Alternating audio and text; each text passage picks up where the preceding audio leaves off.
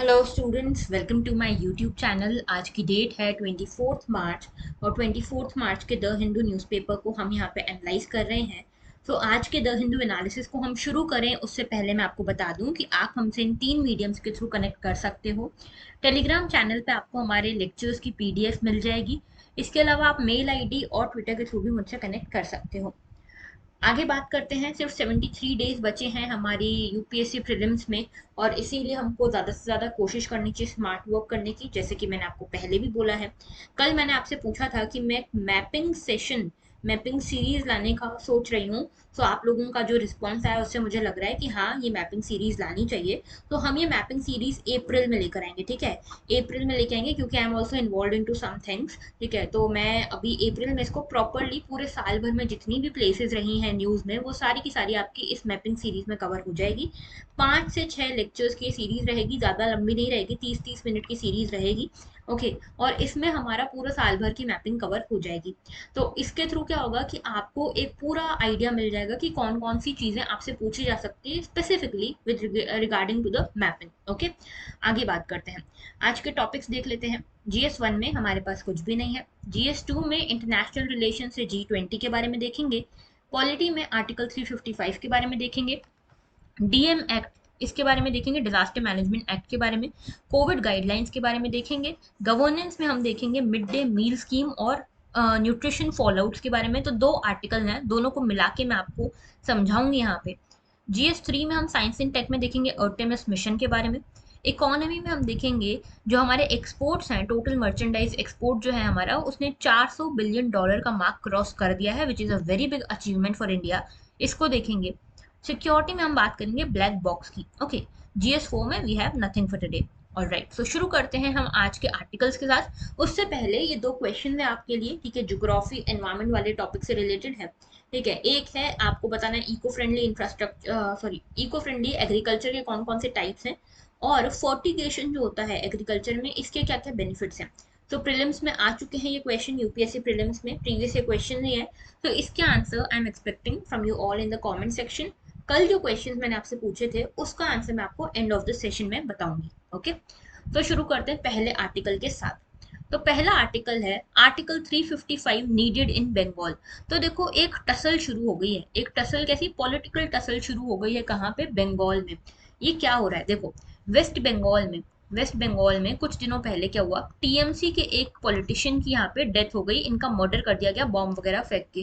ठीक है। तो यहाँ पे इनकी हत्या हो गई और इसके बाद यहाँ पे भीड़ बहुत बौखला गई, ठीक है। और ये भीड़ ने क्या किया, यहाँ पे बीरभूम करके एक जगह है, ठीक है, यहाँ पे कुल 5 घरों को इन्होंने ताला लगा के उस पे आग लगा दी। इस चक्कर में 8 से 10 लोगों की यहाँ पे जान जा चुकी है, ठीक है। And this was a very inhumane act.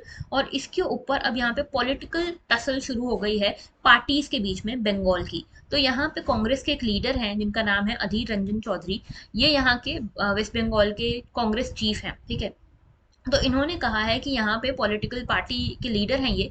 Okay. और इन्होंने ये कहा है कि यहाँ पे आर्टिकल 355 हमको लगा लेना चाहिए। तो इन्होंने प्रेसिडेंट रामनाथ कोविंद जी को यहाँ पे ये लेटर लिखा है कि देखो, हमको यहाँ पे आर्टिकल 355 लगा देना चाहिए। यहाँ का जो लॉ एंड ऑर्डर मशीनरी है पूरी तरह से खत्म हो गई है इस स्टेट की, वेस्ट बंगाल की, ठीक है। क्योंकि यहाँ पे इतने सारे लोगों को खुलेआम आग लगा दी गई। तो यहाँ पे ये लॉ एंड ऑर्डर की सिचुएशन बहुत ही बुरी है, ये कह रहे हैं अधीर रंजन चौधरी जी। ओके। अब देखो, पॉलिटिकल टसल में हमको नहीं पढ़ना है कि किसने क्या कहा, लेकिन हमारे लिए आर्टिकल 355 जरूर इंपॉर्टेंट हो गया है, ठीक है। तो देखो, आर्टिकल 355 क्या कहता है। ये one of the emergency articles है। अब ये इमरजेंसी आर्टिकल्स कौन कौन से, तो आर्टिकल 352 से लेके 360 तक जो आर्टिकल हैं उनको हम इमरजेंसी वाले आर्टिकल्स कहते हैं। ये इमरजेंसी में क्या होता है, देखो, यूजुअली हमारा जो पूरा कॉन्स्टिट्यूशन है वो क्वासी फेडरल टाइप का है, ठीक है। क्वासी फेडरल टाइप का हमारा कॉन्स्टिट्यूशन है, यानी कि सेंटर के साथ साथ स्टेट्स को भी कई सारी पावर्स दी गई है। लेकिन अगर कुछ ऐसी सिचुएशन होती है, जैसे मान लो लॉ एंड ऑर्डर खराब हो गया, कोई एक्सटर्नल एग्रेशन हो गया, फाइनेंशियल प्रॉब्लम है, तो ऐसे में जो पूरी की पूरी पावर्स होती हैं वो सेंटर यानी कि यूनियन के पास चली जाती हैं। और इसी तरह की जो फैसिलिटी होती है, इसी तरह का जो फिनोमेना होता है, उसको हम इमरजेंसी कहते हैं। तो article 355 is one of them, ठीक है। तो आर्टिकल 355 स्टेट करता है that it shall be the duty of union to protect every state against external aggression and internal disturbances and to ensure that the government of every state is carried on in accordance with the provision of constitution। तो article 355 बोलता है कि ये union की जिम्मेदारी है कि वो ये देखे कि हर स्टेट में यहाँ पे गवर्नमेंट जो है उस स्टेट की वो कॉन्स्टिट्यूशन के हिसाब से काम कर रही है, और दूसरी चीज यहाँ पे कोई भी एक्सटर्नल अग्रेशन या इंटरनल डिस्टर्बेंस नहीं हो रहा, ये भी देखना यूनियन की जिम्मेदारी है। लेकिन क्या होता है, देखो कई बार क्या होता है कि यहाँ पे पुलिस और जो पब्लिक ऑर्डर है, ठीक है, पुलिस एंड पब्लिक ऑर्डर जो है कई बार यहाँ पे डिस्टर्ब हो जाता है। अब पुलिस और पब्लिक ऑर्डर दोनों ही यहाँ पे स्टेट सब्जेक्ट्स हैं, ठीक है, तो स्टेट के ऊपर सारी जिम्मेदारी रहती है इनको मैनेज करने की। अभी भी देखो जैसे अभी एसआईटी वगैरह बनी है इस पूरे इंसिडेंट के ऊपर, लेकिन कुछ पार्टीज को, कुछ पॉलिटिकल लीडर्स को लगता है कि यहाँ पे ये जो काम हो रहा है प्रॉपरली हो नहीं रहा, ठीक है, पॉलिटिकल इंटरफेरेंस बहुत है, तो यहाँ पे लॉ एंड ऑर्डर काम प्रॉपरली नहीं कर रहा, इसीलिए ये डिमांड उठाई गई है आर्टिकल 355 लगाने की।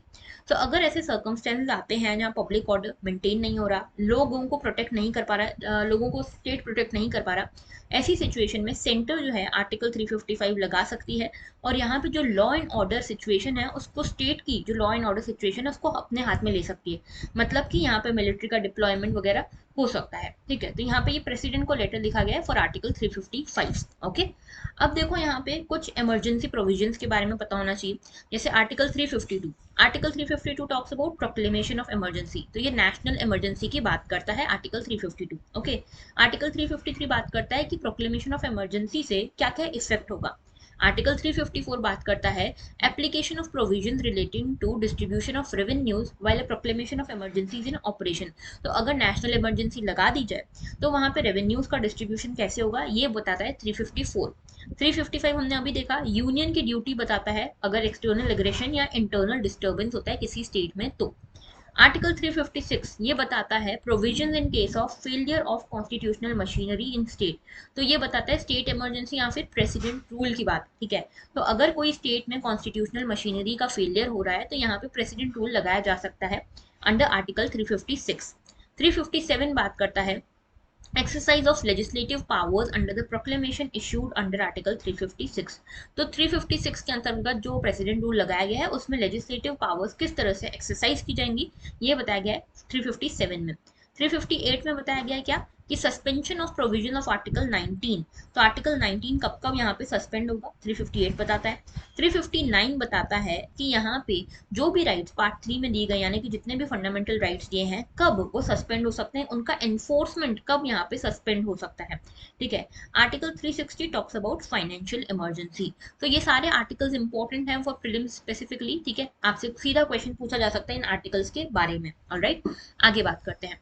नेक्स्ट इशू है हमारा restart mid day meals in school says Congress chief. तो देखो यहाँ पे क्या हुआ था, एक mid day meal mid day meal scheme चलती है, ठीक है, मिड डे मील स्कीम। ये कहाँ चलती है, ये गवर्नमेंट स्कूल्स वगैरह जो है वहाँ पे ये स्कीम काफी टाइम से चलती आ रही है, लगभग 1995 से चलती आ रही है, ठीक है। इस स्कीम में क्या है, इस स्कीम में ऐसा है कि जो भी बच्चे पढ़ने आते हैं गवर्नमेंट स्कूल्स में, मदरसाज में, वहाँ पे गवर्नमेंट की तरफ से उनको एक मील दी जाती है, एक वेल कुक्ड मील दी जाती है, हॉट कुक्ड मील दी जाती है, और इसी को मिड डे मील कहा जाता है, ठीक है। तो यहाँ पे कुछ फूड नॉर्म्स भी हैं जिसके अंतर्गत उनको मिड डे मील्स दी जाती हैं, जैसे प्राइमरी क्लासेस के लिए कितना होगा, अपर प्राइमरी क्लासेस के लिए कितना फूड ग्रेन्स वगैरह दिए जाएंगे, ये सब यहाँ पे लिखा है, आप चाहो तो पढ़ सकते हो, लेकिन ये उतना इंपॉर्टेंट हमारे लिए है नहीं, ठीक है, कि ऑयल एंड फैट कितना होगा, वेजिटेबल कितनी होगी, पल्सेस कितने होंगे, ये हमारे काम का नहीं है। हमारे काम का है मिड डे मील क्या है। तो देखो मिड डे मील क्या है ये तो मैंने आपको बताया, लेकिन अभी क्या हुआ, कोविड पैंडेमिक हुआ था, है ना, इसके दौरान स्कूल्स बंद हो गए। अब स्कूल्स बंद हैं तो मिड डे मील कैसे दी जाएगी, तो इसलिए मिड डे मील भी बंद हो गई। अब यहाँ पे कोविड जैसे जैसे खत्म हो रहा है, स्कूल्स खुल रहे हैं सारे, तो यहाँ पे कांग्रेस चीफ सोनिया गांधी जी ने ये कहा है कि अब हमको यहाँ पे ज़रूरत है mid day meal school scheme को वापस से शुरू करने की। तो यहाँ पे इन्होंने कहा है कि अब हॉट कुक्ड फूड यहाँ पे सभी बच्चों को, 3 साल तक के सभी बच्चों को, जो 3 साल से कम है उन बच्चों को भी, और प्रेग्नेंट वेमेन को, लैक्टेटिंग मदर्स को दिया जाना चाहिए। ओके, अच्छा, ये जो है नेशनल फूड सिक्योरिटी एक्ट के अंतर्गत भी ये जो मिड डे मील स्कीम है ये सैंक्शन है। ओके। अब अभी क्या हो रहा था, जब कोविड पेंडेमिक आया था शुरुआत में तो मिड डे मील पूरी तरह से कर दी गई। बाद में ये कहा गया सुप्रीम कोर्ट के द्वारा कि यहाँ पे आप ड्राई राशन तो दीजिए। ड्राई राशन मतलब सूखा, जैसे चावल है तो सूखे जो कच्चे चावल होते हैं वो दे दो, या जो भी ड्राई राशन है वो दे दो। लेकिन यहाँ पे बच्चों के लिए ये ड्राई राशन आप कब तक दोगे? बच्चों को सीधे ड्राई राशन जो आप दे रहे हो वो बच्चे कंज्यूम कर रहे हैं कि नहीं, ये आपको थोड़ी पता है। ठीक है, तो ये एक इशू है। अब देखो ये भी बोला गया कि नेशनल फैमिली हेल्थ सर्वे जो आया है नंबर 5, 2009 से 21 का डाटा इसमें आया है। 19 से 21 का डाटा इसमें आया है। इसमें बताया गया है कि जो माल नरिश्ड और अंडर वेट चिल्ड्रन है, इनकी जो तादाद है वो काफी बढ़ गई है पिछले सर्वे से। तो एक आया था national family health survey number 4, उसके बाद आया नंबर 5 वाला सर्वे। ठीक है, तो नंबर 5 वाले सर्वे में बोला गया जो अंडर न्यूट्रिशन, अंडर वेट, माल न्यूट्रिशन वाली प्रॉब्लम है वो हमारे देश में बढ़ती जा रही है। ओके। अब यहाँ पे देखो थोड़ा मिड डे मील के बारे में हम देख लेते हैं। मिड डे मील की टाइमलाइन देख लो। 1995 में ये शुरू हुई थी और शुरुआत में ये सिर्फ 2400 ब्लॉक्स को कवर करती थी, प्राइमरी स्कूल्स के। ठीक है, 2001 में इसको यूनिवर्सल बना दिया गया, सभी गवर्नमेंट स्कूल, सभी गवर्नमेंट एडेड स्कूल, सभी स्टेट्स में इसको लॉन्च किया गया। 2007 में क्या हुआ, यहाँ पे अपर प्राइमरी स्कूल्स के लिए भी इसको शुरू किया गया। 2009 में राइट टू एजुकेशन आया। ठीक है, राइट टू एजुकेशन एक्ट आया, right of children to free and compulsory education act 2009। इसके अंतर्गत यहाँ पे प्रोविजन रखा गया कि हर स्कूल में किचन होगा जहाँ पे मिड डे मील कुक की जाएगी। ठीक है, 2013 में नेशनल फूड सिक्योरिटी एक्ट आया। ठीक है, 2013 में ये नेशनल फूड सिक्योरिटी एक्ट आया। यहाँ पे ये कहा गया कि 14 ईयर्स तक के जितने भी बच्चे हैं उनको स्कूल में एक free cooked hot mid day meal दी जाएगी। ठीक है, तो ये जो मिड डे मील होगी ये गवर्नमेंट और लोकल बॉडीज की तरफ से उनको मिलेगी। ठीक है, तो ये थोड़ा सा टाइमलाइन याद रखना, 1995 में ही शुरू हो गई थी, अल्टीमेटली 2013 में इसको एक लीगल बैकिंग भी मिल गई। ओके, आगे बात करते हैं। तो देखो मिड डे मील स्कीम में क्या होता है, कम से कम एक मील जो है बच्चों को यहाँ पे गारंटीड रहती है हर गवर्नमेंट और एडेड स्कूल में, मदरसा में, अंडर समग्र शिक्षा अभियान। ठीक है, यहाँ पे स्टूडेंट अप टू क्लास 8 तक के बच्चों को यहाँ पे ये मिड डे मील स्कीम का फायदा मिलता है। एक न्यूट्रिशन कुक्ड मील मिलती है एटलीस्ट 200 डेज के लिए। तो पूरे साल में लगभग 200 दिनों के लिए ये हॉट कुक्ड मील का प्रोविजन यहाँ पे रहता है। मिनिस्ट्री ऑफ एजुकेशन इसकी नोडल मिनिस्ट्री जो इसको कंडक्ट कराती है, इम्प्लीमेंट कराती है। 1995 में जब ये शुरुआत हुई थी इस स्कीम की, तब इसको कहा जाता था national programme of nutritional support to primary education. तो क्योंकि उस समय सिर्फ प्राइमरी स्कूल्स तक ही सीमित थी, इसीलिए इसका नाम ये था। 2004 में इसका नाम पड़ गया mid day meal scheme. Okay, objective वही है कि हंगर को हमको एड्रेस करना है, माल न्यूट्रिशन को एड्रेस करना है, एनरोलमेंट बढ़ाना है बच्चों का। बच्चे क्या होते हैं कि खाने की लालच में भी आ जाते हैं, क्योंकि बहुत सारे रूरल एरियाज ऐसे होते हैं जहाँ पे बहुत ज़्यादा पावर्टी है और इस पावर्टी के चलते उनको खाने को नहीं मिलता। और अगर आप स्कूल में खाना भी दे रहे हो तो हो सकता है ये एक इंसेंटिव बन जाए बच्चों के लिए, सो दैट वो स्कूल आए प्रॉपरली। इससे सोशलाइजेशन भी बढ़ता है कास्ट के बीच में। अब जैसे हमारे देश में पुराने टाइम से कास्ट वाले इश्यूज चले आ रहे हैं कि साथ में बैठ के खाते भी नहीं है दो तीन कास्ट मिलके। ठीक है, तो अपर कास्ट लोअर कास्ट के इश्यूज चलते आ रहे हैं। तो ये कास्ट का जो स्टिग्मा है इसको खत्म करने में भी मदद मिल रही है मिड डे मील स्कीम के थ्रू। ओके, एम्प्लॉयमेंट जनरेट हो रहा है ग्रास रूट लेवल पे विमेन के लिए। ठीक है, क्योंकि विमेन को यहाँ पे एम्प्लॉय की जा रही हैं। मिड डे मील रूल्स जो थे 2015 में आए, इसमें बोला गया कि यहाँ पे जो प्लेस ऑफ सर्विंग मील होगी ये स्कूल्स ही होंगे, स्कूल्स में ही आप मिड डे मील यहाँ पे दे सकते हो। ठीक है, सो दैट यहाँ पे करप्शन या लीकेज ना हो। दूसरी चीज कि यहाँ पे जो मिड डे मील है अगर स्कूल में नहीं प्रोवाइड की जा सक रही है तो उसके बदले आप एक फूड सिक्योरिटी अलाउंस दोगे बच्चों को। ओके, इसके अलावा तीसरी चीज बोली गई, स्कूल मैनेजमेंट कमेटी यहाँ पे बनाई जाएगी जो यहाँ पे मॉनिटर करेगी कि ये प्रॉपरली इसका इम्प्लीमेंटेशन हो रहा है कि नहीं मिड डे मील स्कीम का। ओके, तो ये थी हमारी mid day meal scheme. Now देखो एक और आर्टिकल आया है आज के ही द हिंदू में, जो कि पुराने आर्टिकल का ही कुछ थोड़ा सा यहाँ पे लिया गया है। ये आर्टिकल का नाम है nutrition fall out of school closure. तो यहाँ पे बताया गया है कि कोविड पैंडेमिक जब चल रहा था, जब स्कूल्स क्लोज्ड थे, उस समय पे कैसी स्थिति थी। तो कुछ इंपॉर्टेंट पॉइंट है यहाँ पे, देखो ये वाला पूरा आर्टिकल है, यहाँ पे मैंने इसको आपको जूम करके दिया है। ठीक है, तो यहाँ पे बताया गया है कि जो स्मॉल होल्डर फार्मर्स का इन्वॉल्वमेंट था वो यहाँ पे आप ला सकते हो। तो देखो सबसे पहले तो हम बात कर लेते हैं कि कितने बच्चे यहाँ पे इम्पैक्ट हुए थे। 116 मिलियन बच्चे यहाँ पे इम्पैक्ट हुआ था इनके ऊपर जब स्कूल्स बंद करवा दिए गए थे इंडिया में। ठीक है, अब क्योंकि स्कूल्स बंद हो गए तो यहाँ पे जो मिड डे मील स्कीम है, जो स्कूल फीडिंग प्रोग्राम है, सबसे बड़ा वर्ल्ड का स्कूल फीडिंग प्रोग्राम है, ये भी बंद हो गया। अब ये बंद हो गया तो यहाँ पे बच्चों जो थे, स्कूल गोइंग चिल्ड्रन जो थे, उनका एक तो इशू था कि एजुकेशन का नुकसान हो रहा है, अब न्यूट्रिशन का भी नुकसान होने लग गया। एक यहाँ पे रिपोर्ट के बारे में बताया गया है, state of food security and nutrition in the world report. ठीक है, ये बताता है कि यहाँ पे बहुत ही वरिंग पिक्चर सामने आई। एक बहुत बड़ी तादाद में जो बच्चे हैं ग्लोबली उनको न्यूट्रिशन मिलना बंद हो गया, जिसमें से एक बहुत बड़ा बल्क जो था इंडिया से था। ग्लोबल हंगर इंडेक्स की यहाँ पे बात की गई है। ग्लोबल हंगर इंडेक्स 2020 में इंडिया की रैंक रही है 94 अमंग 107 कंट्रीज। ओके, जो कि बहुत अच्छी नहीं है। ठीक है, तो यहाँ पे हंगर एक हमारा बड़ा इशू बना हुआ है।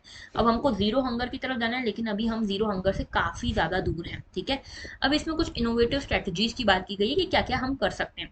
तो एक चीज हम ये कर सकते हैं कि जो भी लोकल फार्मर्स हैं, जो भी स्मॉल होल्डिंग फार्मर्स हैं, उनको हम यहाँ पे इन्वॉल्व करें इस मिड डे मील स्कीम में। और जो भी वो क्रॉप्स वगैरह उगाएं, वेजिटेबल्स उगाएं, उन सबको हम यहाँ पे यूज करें मिड डे मील स्कीम के थ्रू। तो यहाँ पे क्या होगा, एक तो हमने स्टूडेंट्स जो हैं, बच्चे जो हैं, उनको न्यूट्रिशन दे दिया। साथ में जो फार्मर डिस्ट्रेस हो रहा है उस एरिया में, उसको भी हमने केटर कर दिया, एड्रेस कर दिया। ठीक है, साथ में दूसरी चीज यहाँ पे ये हो सकती है कि कोविड क्राइसिस के टाइम पे हमने देखा कि लोकल इकोनॉमी को नुकसान हो रहा था, तो हम आत्मनिर्भर पोषण की तरफ बढ़ सकते हैं। आत्मनिर्भर पोषण क्या है कि जहाँ पे भी जो लोकल एरियाज है ना, वहीं से सप्लाई चेन को बनाया जाए। दूसरा इनिशिएटिव ये हो सकता है किचन गार्डन जैसा। ठीक है, किचन गार्डन हो सकता है ये दूसरा इनिशिएटिव। तीसरा किचन गार्डन मतलब कि स्कूल्स में ही आप गार्डन बना लो और उसी से ऑर्गेनिक खेती करके वहाँ पे वेजिटेबल उगाओ और उसी को यूज करो मिड डे मील स्कीम में। ठीक है, तीसरा ये हो सकता है कि जो भी लोकल वेजिटेबल या फ्रूट्स अवेलेबल हैं, उनको आप यूज करो, एग्स को यूज करो और इसके थ्रू आप यहाँ पे पूरा स्कीम चलाओ। ठीक है, और इसके अलावा यहाँ पे ये भी बोला गया है कि इसके रिगार्डिंग अवेयरनेस फैलाने की जरूरत है। लर्निंग आउटकम्स को सुधारने के लिए हमको यहाँ पे मिड डे मील स्कीम काफी ज्यादा काम आएगी। ठीक है, तो पूरा आर्टिकल यही था। ओके, आगे बात करते हैं। Centre to recall order on COVID containment. तो यहाँ पे क्या हो रहा है कि देखो, अभी कोविड की 3 लहरें, जो 3 वेव्स हैं, वो जा चुकी हैं। अभी फोर्थ वेव के बारे में सारे अनुमान लगाए जा रहे हैं, आएगी या नहीं आएगी, क्योंकि कई सारे एरियाज हैं साउथ ईस्ट एशिया के स्पेशली, यहाँ पे कोविड वापस से आ गया है। ठीक है, जैसे हमने देखा था साउथ कोरिया है और ये वियतनाम है, ये सारे जो रीजन है, यहाँ पे वापस से साउथ ईस्ट एशिया वाले जो रीजन है, वहाँ पे फिर से कोविड आ रहा है। तो इसीलिए हमारी गवर्नमेंट ने ये कहा है कि यहाँ पे एक तो कि हमारे कोविड गाइडलाइंस का क्या होगा। तो देखो, अभी तक हमारे यहाँ पे डिजास्टर मैनेजमेंट एक्ट के अंतर्गत कोविड को हम यहाँ पे कंट्रोल कर रहे थे।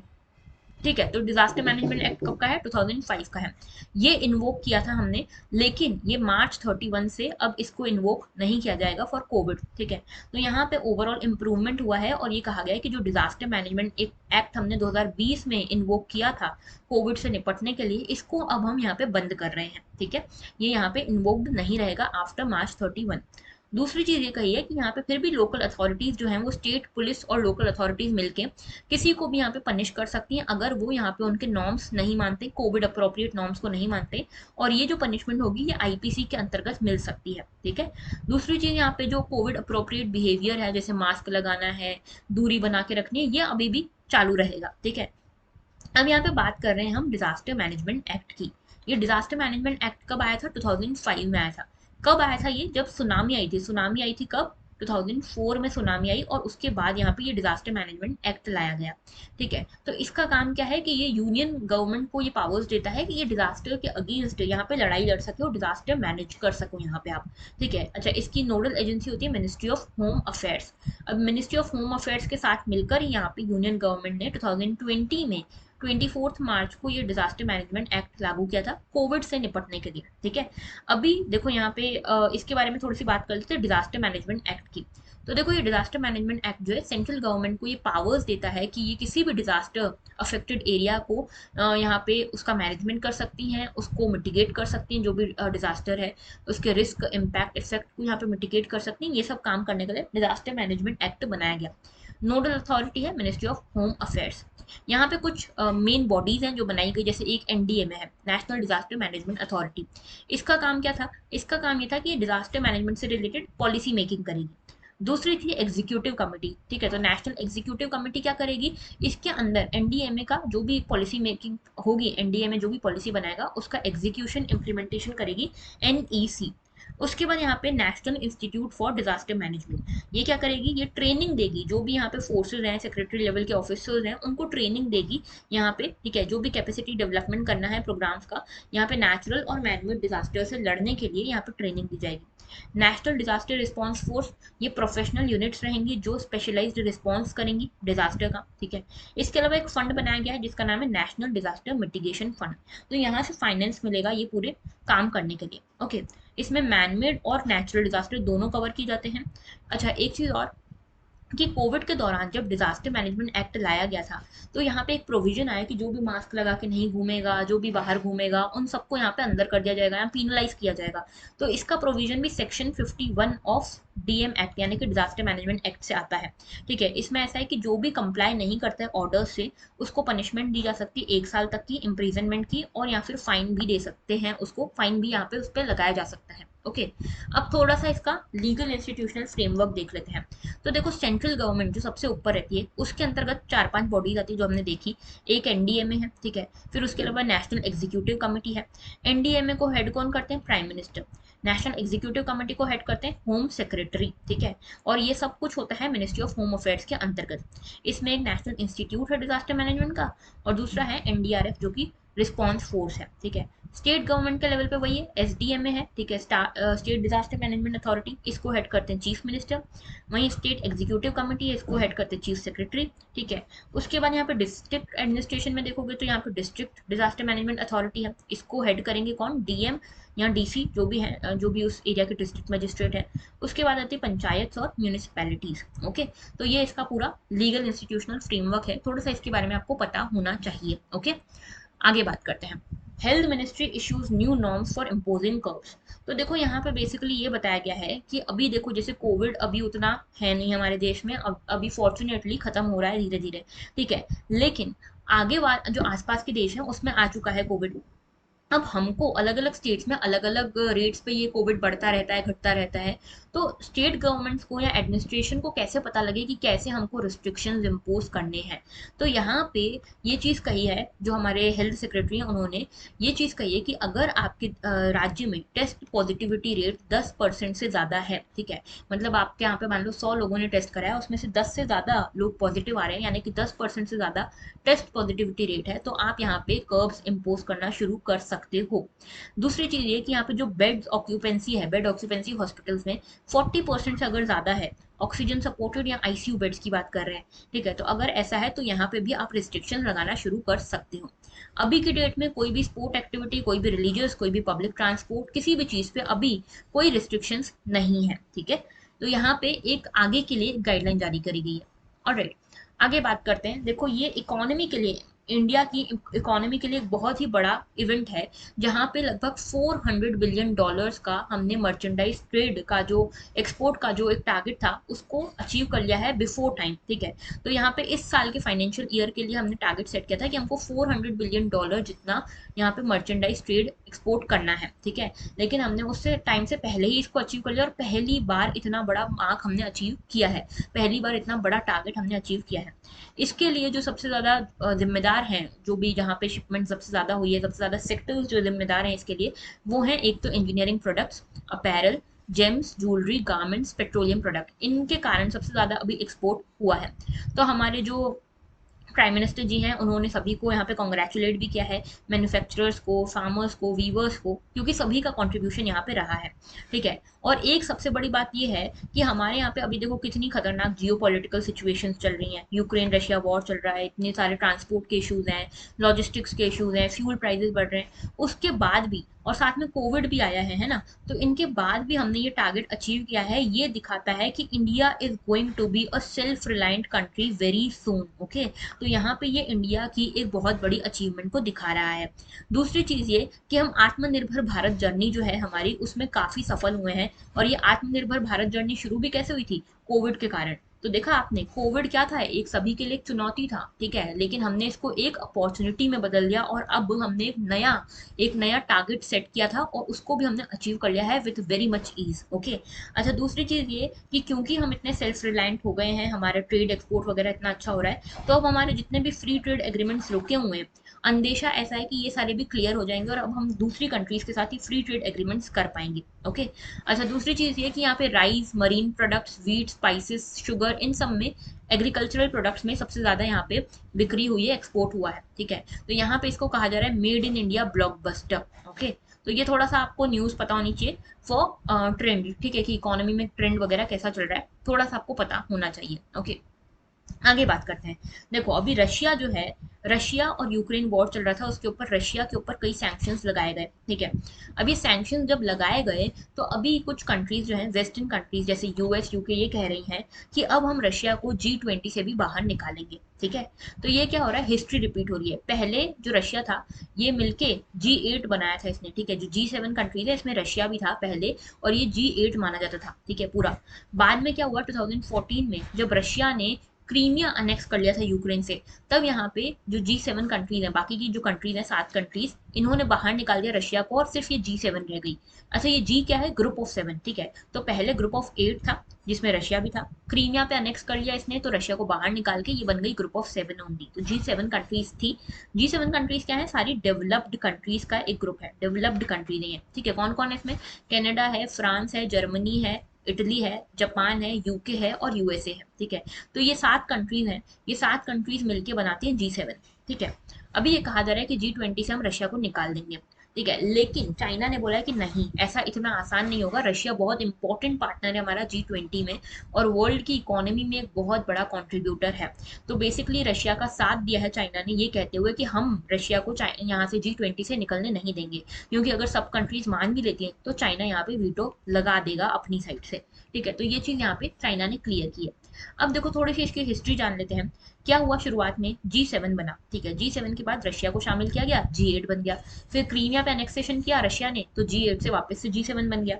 उसके बाद यहाँ पे क्या हुआ, 1995-6 के आसपास यहाँ पे क्या हुआ, एशियन क्राइसिस आई। यहाँ पे कई सारे फाइनेंशियल क्राइसिस आए और यहाँ पे पता लगा कि जो डेवलप्ड कंट्रीज हैं, सिर्फ यही इकोनॉमी को नहीं चलाती, इनके साथ साथ बहुत बड़ा शेयर है डेवलपिंग कंट्रीज का, जो पूरे वर्ल्ड इकोनॉमी को चलाते हैं। इसीलिए G7 कंट्रीज ने बोला कि जो भी इमर्जिंग कंट्रीज हैं, जो भी डेवलपिंग कंट्रीज हैं, हम इनको भी शामिल करते हैं, एक बड़ा ग्रुप बनाते हैं और फिर बना G20। इसमें कौन कौन आया, देखो, अर्जेंटीना है, Australia, Brazil, China, European union, India, Indonesia, Mexico, Saudi Arabia, south Africa, south Korea और टर्की। देखो, इनके नाम इतने मतलब प्रॉपरली याद हों जरूरी नहीं, लेकिन थोड़ा सा फिर भी आइडिया रखना, G20 is a very important group. Okay. तो देखो, यहाँ पे G20 के बारे में थोड़ा सा जान देते हैं। लार्जेस्ट और फास्टेस्ट ग्रोइंग इकोनॉमीज का ये ग्रुप है। 85% वर्ल्ड का जीडीपी इन कंट्रीज से मिलकर बनता है और लगभग 2/3 पॉपुलेशन इसमें आती है। हर साल इनकी समिट होती है जिसका नाम होता है summit on financial market and world economy, ठीक है। इसका एस्टैब्लिशमेंट हुआ था आफ्टर एशियन फाइनेंशियल क्राइसिस, 1997-98 में ये फाइनेंशियल क्राइसिस आया। उसके बाद G7 कंट्रीज को ये समझ आया कि हमारे से, सिर्फ हमसे ये इकोनॉमी नहीं चलती, वर्ल्ड हमसे नहीं चलता। अगर एशियन कंट्रीज इम्पैक्ट होता है, एशियन कंट्रीज में कुछ फाइनेंशियल क्राइसिस आता है, तो इसका असर पूरे वर्ल्ड पे भी पड़ेगा। इसीलिए हमको अपने ग्रुप को थोड़ा बढ़ाना चाहिए, G20 बनाना चाहिए। और फिर 1999 में सबसे पहली बार G20 कंट्रीज की एक समिट हुई, ठीक है।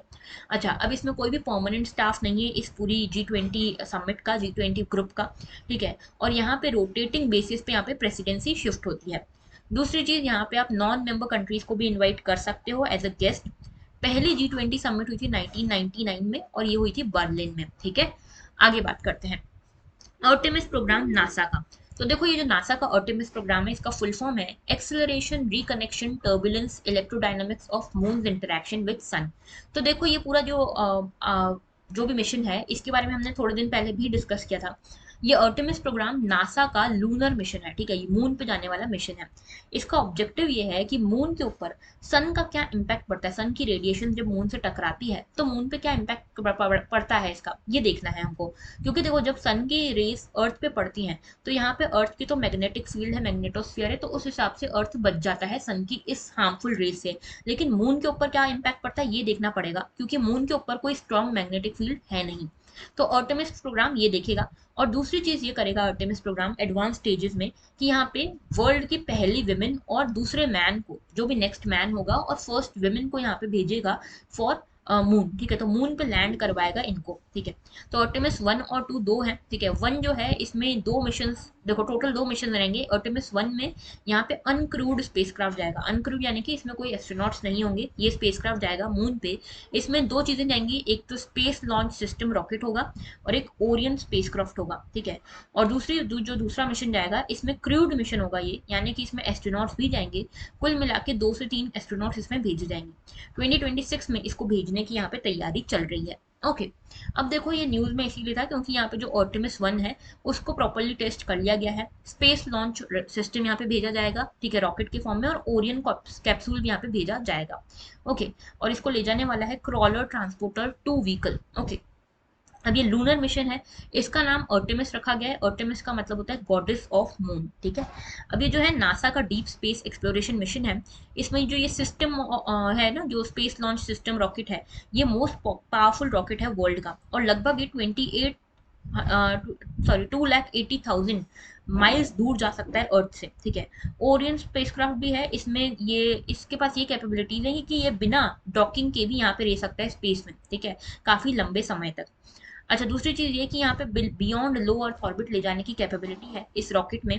ठीक है, और ये 2024 में पहले लैंड करवाने वाला था ह्यूमंस को, लेकिन कोविड के कारण ये थोड़ा सा आगे खसक गया है इसकी टाइमलाइन। ऑलराइट, तो थोड़ा सा आप याद रखना कि आर्टेमिस क्या है, क्या किस चीज के लिए जा रहा है। तो यहाँ पे साइंटिफिक डिस्कवरी होगी, इकोनॉमिक बेनिफिट्स वगैरह का पता लगाया जाएगा। अच्छा, इसमें एस्ट्रोनॉट्स भी जाएंगे अगले वाले मिशन में।